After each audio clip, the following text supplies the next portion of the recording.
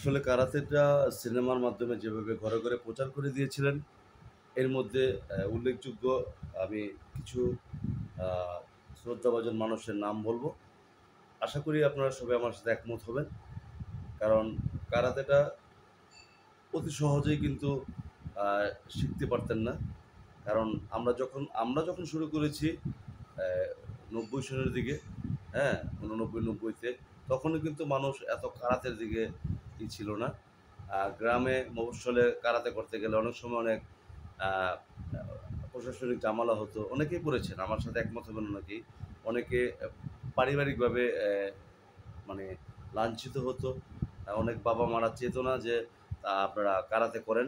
এটা জানতো যে কারাতে মানে মারামারি, ধরাধরি।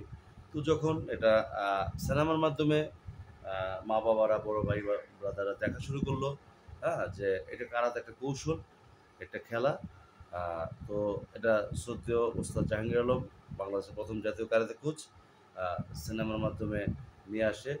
তাকে নিয়ে আসে আমাদের শ্রদ্ধেয় ভাইয়া, সোহেল রানা ভাইয়া। আপনারা সবাই এ জানেন বা অনেকেই যারা না জানেন জেনে নিবেন এই ভিডিও থেকে। সোহেল রানা ভাইয়া সিনেমার মাধ্যমে প্রযোজনা করেন এবং তিনি উপহার দেন এই এই কারাতে নিয়ে অনেক সিনেমা তিনি প্রযোজনা করেন, অভিনয় করেন।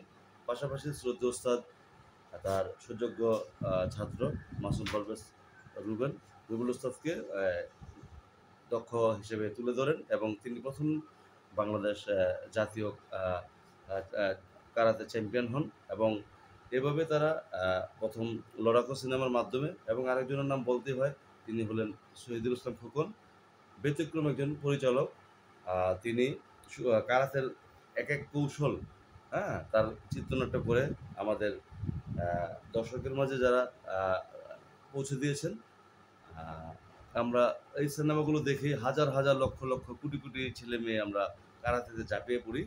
তো আ আরো অনেকেই আছেন যে এই জগতের কারাতের প্রচার করার পিছনে আমি তাদের নামও বলব। আজকে শুধু সিনেমা জগতের যারা অবদান রেখেছেন কারাতেকে ঘরে, ঘরে পৌঁছে দেওয়ার জন্য কিছুটা তুলে ধরলাম এবং এটা ১ম পর্ব। কারাতের প্রচারণা ৩-৪ টা পর্ব করতে হবে। আপনারা আমার সাথে থাকবেন। আবার বলছি যে কারাতে সিনেমার মাধ্যমে প্রচার করার পিছনে যাদের অবদান, বাংলাদেশের ১ম জাতীয় কারাতে কোচ শ্রদ্ধেয় ওস্তাদ জাহাঙ্গীর আলম, তারপর সুহেল রানা ভাইয়া, আ তারপর ওস্তাদ জাহাঙ্গীর আলমের সুযোগ্য ছাত্র আ মাসুম পারভেজ রুবেল এবং খালেদ ভাইও ছিল। কয়েকটা সিনেমা করেছেন উনিও ভালো করেছেন। পাশাপাশি ইলিয়াস কবির ওস্তাদ, সিরাজ পান্না ভাই, ড্যানিস ইরাক ভাই, তারপর কবির খা ভাই, এরকম আলেকজান্ডার গো, হ্যাঁ? তারা কারাতে দিয়ে ৯০ দশকে কিন্তু আ প্রচুর আ সিনেমা দিয়েছেন। তো আশা করি কারাতের প্রচারণাটা সিনেমার মাধ্যমে তারাই বেশি 80% তারাই করেছেন। আরও যারা আছেন আমি আস্তে, আস্তে তাদের নাম বলব। এটা ১ম পর্ব। এক পর্বে তো আর সব বলা যাবে না। তো আসলে পরের প্রজন্মের কাছে তুলে ধরতে হবে। আমার যদি ভুল ত্রুটি হয়ে থাকে অবশ্যই কমেন্ট করে জানাবেন, আমি সংশোধন করে নিব। ধন্যবাদ, ভালো থাকবেন।